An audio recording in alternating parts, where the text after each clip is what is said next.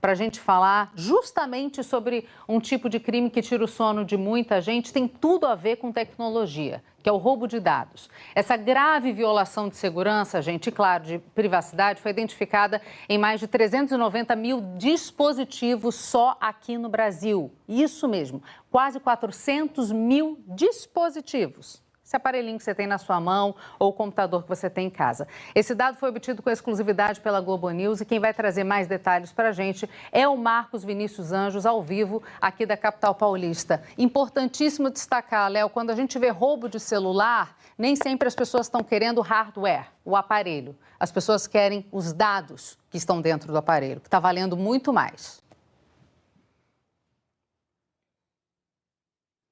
Exatamente, Cecília. Bom dia mais uma vez para você, bom dia a todos. Você falou uma coisa muito importante, que é o seguinte, né? Antigamente, quando a gente via uma quadrilha de roubo de celular, quando a gente via esses casos muito frequentes de roubo de celular, o principal interesse por trás era justamente comercializar, vender esse aparelho no mercado ilegal. Hoje já tem um outro atrativo, né? Muito mais do que simplesmente vender o aparelho, os criminosos normalmente eles pensam justamente nas possibilidades por trás, né? Ter acesso aos dados, conseguir muitas vezes fazer transferências de valores altos, conseguir acesso, inclusive pedir cartão de crédito, né? Acessos muitas vezes a informações daquele usuário que são muito mais vantajosas financeiramente do que apenas vender o aparelho, principalmente depois que o Pix foi criado. Então essa acaba sendo um novo atrativo para os criminosos. Bom, esse dado que você citou aí, Cecília, faz parte de uma empresa de tecnologia, né? Ele foi obtido por uma empresa de tecnologia, a Incognia.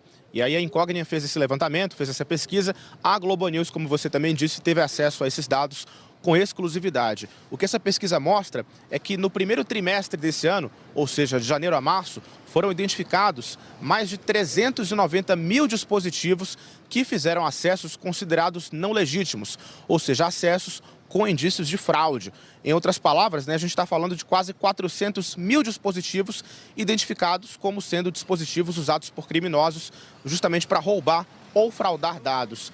A Incognia, só para você de casa ter uma ideia, ela tem acesso aos dados de 66 milhões e meio de dispositivos aqui no país. E aí, através desses dispositivos, né, a Incognia consegue, então, identificar quando há uma suspeita de roubo de dados. Uma movimentação não legítima, só para traduzir esse termo, é aquela em que se identifica um comportamento diferente do usuário de determinado aparelho celular. Vou dar um exemplo para você de casa. Eu sempre costumo acessar um aplicativo no meu celular de uma certa localização. Por exemplo, eu moro aqui em São Paulo, então sempre acesso esse aplicativo daqui de São Paulo. Se por acaso o aplicativo detecta uma movimentação diferente, né, que eu acessei lá em Manaus, por exemplo, isso já é um sinal de alerta. Pode ser que eu esteja viajando para Manaus e acessei de lá, mas pode ser também que alguém tenha fraudado esse aplicativo e tenha acessado a partir de outro dispositivo, a partir de outro aparelho.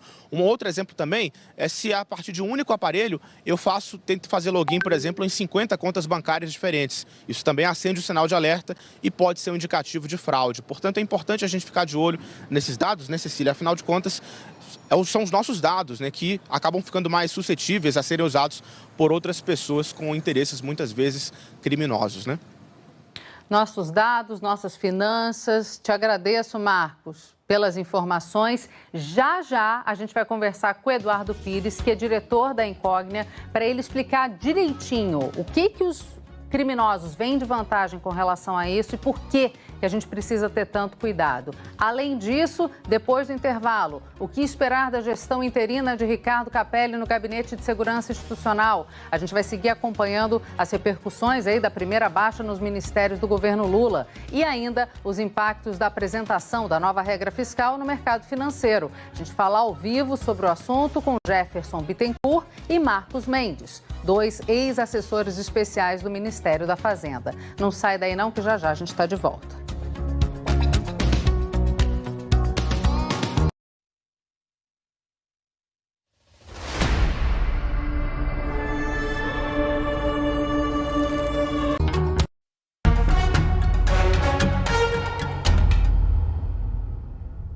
7h53. A gente estava falando agora há pouco aqui no Em Ponto sobre segurança digital. Muito roubo de celular que a gente tem visto, gente, tem mais a ver com o roubo de dados dos celulares do que necessariamente com o aparelho, o hardware do celular.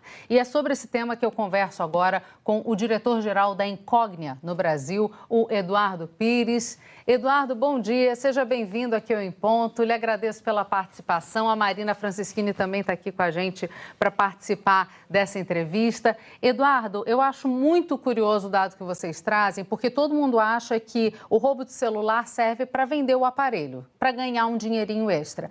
Só que no mercado o dado está valendo muito mais do que o aparelho. Quanto vocês estimam que possa valer isso no mercado negro aí de dados? Bom dia, Cecília. Obrigado pelo convite. Como você bem falou, o problema de roubo de celular vai muito além do hardware em si. O que tem acontecido com a implementação do Pix e a popularização dos bancos digitais é que os criminosos perceberam que existe muito mais naquele celular além do celular. O que tem acontecido é que os criminosos invadem o celular das vítimas e conseguem limpar o saldo da conta bancária, além de pedir empréstimos ou outros cartões de crédito, logo após esse roubo. Então, acredito que muito mais do que 2, 3, 4 mil reais do celular em si, a depender da vítima, a gente pode estar falando de dezenas de milhares de reais num roubo de celular. Vou continuar conversando com... não, a Marina está aqui conosco. Diga, Marina. Tudo bem? Bom dia. Eu queria saber como é que a gente pode fazer para tentar proteger essas informações. Marina, uma das primeiras coisas que os fraudadores fazem após o roubo do celular é consultar o bloco de notas para ver se o usuário deixou as senhas e os aplicativos anotados. Então, a primeira dica que eu dou é jamais deixar essas senhas anotadas no bloco de notas. Além disso, as empresas têm fornecido para os usuários o que a gente chama de segundo fator de autenticação, o que dificulta muito a invasão de conta desses criminosos.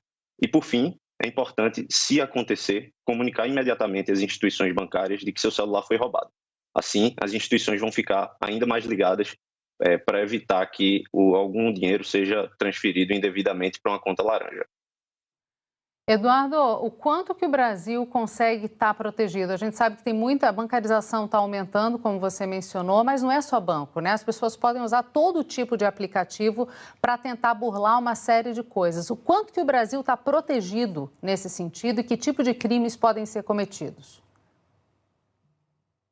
Olha, Cecília, infelizmente o Brasil é um dos campeões mundiais no quesito fraude. Então, tem existido com frequência vazamento de dados e quadrilhas especializadas na compra e venda desses dados. Esses dados são utilizados depois para facilitar invasões de conta e depois criar contas em nome de pessoas que tiveram seus dados vazados. Então, é importante que as instituições cada vez mais dependam de dados que não são estáticos, não são fáceis de vazar. Como o repórter falou logo há pouco, o comportamento de localização é super importante para ajudar as instituições a se protegerem. Então, por exemplo, eu moro aqui em São Paulo, então as instituições bancárias em que eu tenho conta, elas sabem disso e elas podem proteger acessos suspeitos partindo de outros estados, por exemplo. Como é que é a visão geral lá fora em relação à situação aqui no Brasil, nesse tema? Marina, o que a gente tem visto é que outros países têm tipos de ataques tecnológicos mais sofisticados, como os Estados Unidos, por exemplo. Lá a gente fala de ataques hackers, só que aqui no Brasil o que a gente vê muito é a criatividade do fraudador. Então, o Brasil, infelizmente, ele é campeão do que a gente chama de engenharia social, que são pessoas que são especializadas em usar informações disponíveis em grandes vazamentos para ludibriar as vítimas e convencer ela a passar uma senha, um segundo fator de autenticação e invadir a conta dessas vítimas. Engenharia social, gente, é mais do que tecnologia. A gente usa da nossa lábia e da nossa habilidade social para conseguir roubar dados, infelizmente. Eduardo, te agradeço pelas informações, por trazer o levantamento aqui para a gente. Sucesso no trabalho de vocês para tentarem proteger aí os nossos dispositivos. Eu que agradeço, Cecília. Bom dia. Bom dia. Até já, Marina.